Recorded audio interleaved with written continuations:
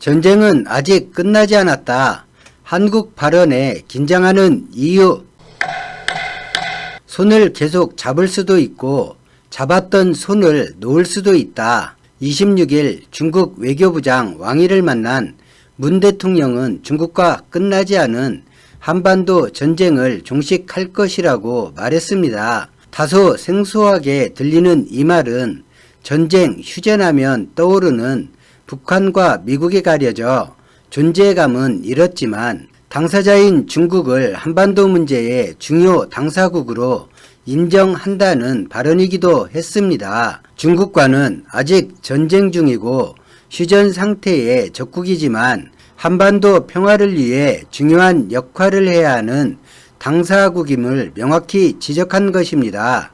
1953년 7월 27일 유엔군과 북한, 중국은 휴전협정에 서명함으로써 1950년 6월 25일 발발한 민족 동란은 통일도 되지 못하고 크나큰 희생만 남긴 채 전쟁을 멈추게 되었습니다. 현재 남과 북은 평화협정 체결을 원하고 있습니다. 1953년 7월 27일 체결된 한국 군사 정전에 관한 협정 내용에는 의무조항으로 평화협정을 명시하고 있습니다. 휴전협정 체결 후 3개월 안에 평화협정에 관해 휴전협정 당사국 간에 논의하도록 했습니다. 권고사항이 아니라 의무사항으로 명시가 되어 있습니다. 휴전협정 이후 1954년에 제네바 회담에서 당연히 한반도 평화협정에 대해서 구체적 논의가 되어야 했지만 미국 측의 평화협상 회피로 인해서 실질적으로 깊은 논의가 이루어지지 않았습니다. 1953년 휴전협정, 정전협정이라 불리는 그 합의문에 적힌 의무사항이 긴장과 갈등을 유지해 이익을 추구하려는 미국의 정책으로 지금까지 이루어지지 못하고 있습니다.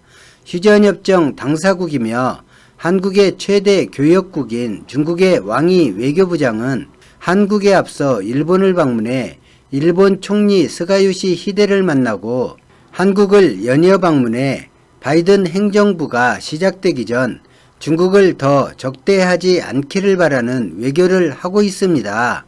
문재인 대통령이 26일 오후 청와대 본관 접견실에서 왕이 중국 외교부장을 만나 전쟁 당사국 이야기를 꺼낸 것은 중국과 수교한 1992년 8월 24일 이후 아마도 처음이지 않을까 생각하게 됩니다.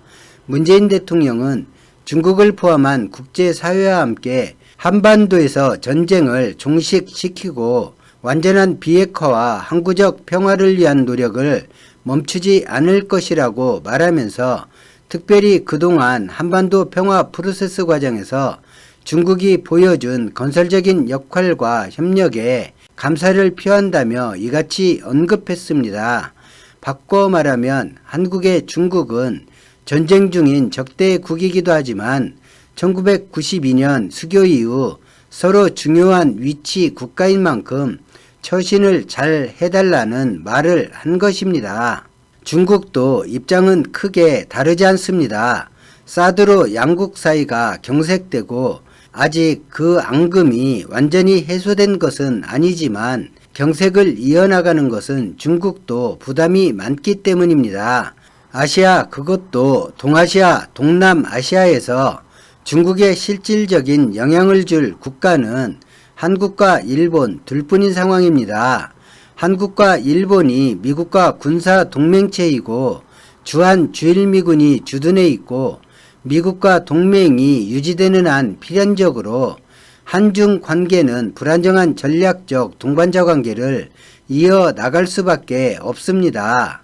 군사 부분이 경제를 넘어서는 정책은 냉전 시대 이후 점차 줄어들었습니다. 경제가 안 보이고 경제가 외교인 시대입니다. 국내 일각에서 남중국해 관련해 미국과 군사행동을 함께 하지 않느냐며 정부를 공격하고 있는데 그야말로 어리석은 주장입니다. 미국은 군사행동에 한국이 적극적으로 나설 것을 여러 차례 요구했었고 지금도 바라고 있는 사항입니다. 미국은 중국을 고립시키고 억제해 미국 이익을 얻으려는 목적이 있지만 대한민국은 미국이 아니고 미국 이익 중에 대한민국으로 향할 이익은 없습니다.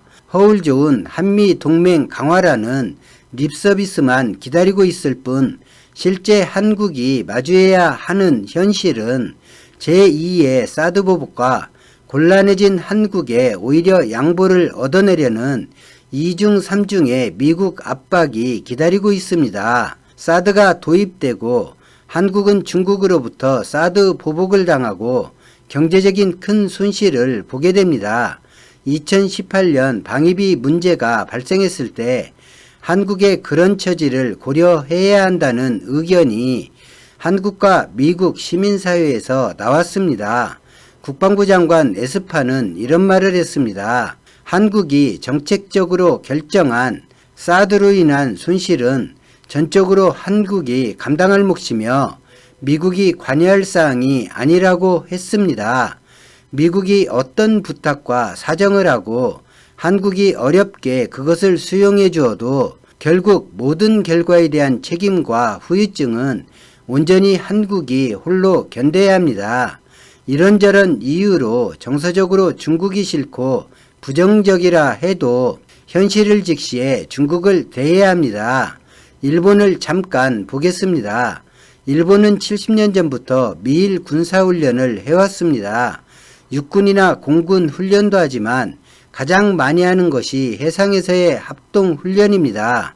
미일 동맹 강화를 위해 하는 것이 아니라 늘 해오던 것을 반복하고 있는 것이고 70년 전부터 훈련 대상은 중국이었습니다.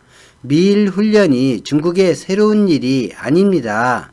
일본은 미국과 중국의 싸움을 중재할 마음이 없습니다. 오히려 미국을 자극해 갈등이 더 커지도록 부추기고 있다고 보아야 합니다. 미일 갈등이 커질수록 인도태평양 전략에서 일본의 중요성이 더 커지기 때문입니다. 코로나로 미일 군사훈련 연기를 미국이 시사하자 강행해야 한다며 미일 군사훈련을 진행했습니다. 미국과 중국의 다른 모습으로 보이는 미일 군사 동맹체로서 모습을 보여주고자 훈련 강행을 선택한 것입니다. 반면 일본 스스로 중국에 대하는 모습을 보면 적대감이 발생하지 않도록 끊임없이 시진핑 방한을 요청하고 도쿄 올림픽이 21년으로 연기될 때에도 중국 관광객만 입장권 구매 등에서 편의를 제공한다 밝혔습니다. 그러면서 한결같이 말하는 것이 있습니다. 일본은 미국에 말하길 한국은 중국과 수교 이후 친중 국가가 되었으니 믿어선 안 된다고 말하고 중국에는 한국은 중요 국가가 아닐 뿐더러 신뢰할 수 없는 국가라는 인식을 심어 한미 관계, 한중 관계가 악화하길 희망하고 있습니다. 한국이 미국과 중국 두 나라와 불편해지면 일본의 외교와 국방에서 의존도가 커질 거라는 망상을 여전히 하는 것입니다. 또한 미국도 미국 의존도를 한국에서 높이기 위해 반중정책 참여를 요구하고 있는 것입니다. 모든 나라가 자국의 이익을 위해 외교를 하고 있습니다. 대한민국은 마땅히 대한민국을 위한 외교를 해야 합니다. 더구나 북한에 심대한 영향을 주고 있고 앞으로도 줄 수 있는 국가입니다. 통일을 향한 여정에 고춧가루가 될 수도 있고 참기름이 될 수도 있는 나라입니다. 한반도를 두고 미국과 거래할 가능성이 있으며 특히 북한을 두고 더욱 그러할 것입니다. 많은 이유로 무시하거나 홀대하면 안 되는 한국에게는 매우 중요한 국가입니다. 군사적으로 더 강해져서 일본과 중국을 경계하는 것도 당연하지만 외교적으로 미국도 중국도 모두 가깝게 지내는 것이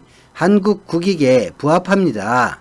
4대 외교내 박쥐 외교니 하며 자국 외교를 깎아내리면서 마치 해서는 안 될 외교를 정부가 하는 것처럼 몰아세우면서 한미 동맹만을 바라보고 몰빵하자는 주장은 참으로 매국적인 발상으로 보입니다. 21세기 지구촌 시대의 군사 동맹이 전부인 것처럼 경제, 외교 모든 것을 군사 동맹 유지를 위해 포기하는 어리석은 나라가 되라고 주장하는 것입니다. 상대에게 손을 계속 잡을 수 있다는 희망과 손을 놓을 수도 있다는 불안을 동시에 주는 것은 지금으로선 미국과 중국이 한국을 존중하게 하는 외교입니다.